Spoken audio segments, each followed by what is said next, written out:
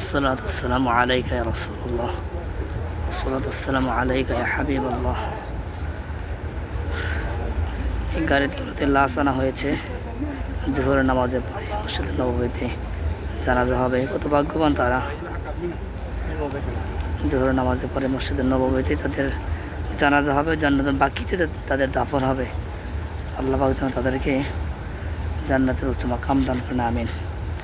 আমি এখন চলে যাব নবীজির রওজা দিকে, সরাসরি সালাম পেশ করবো ইনশাআল্লাহ।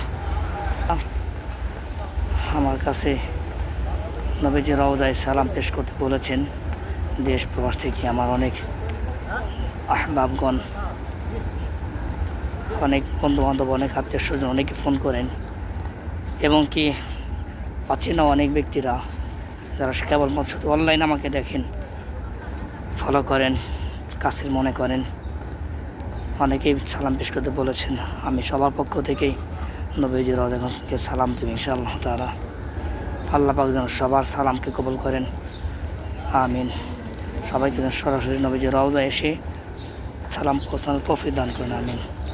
আর যারা সালাম পেশ করবেন অবশ্যই আগে নিজে সালাম দেবেন।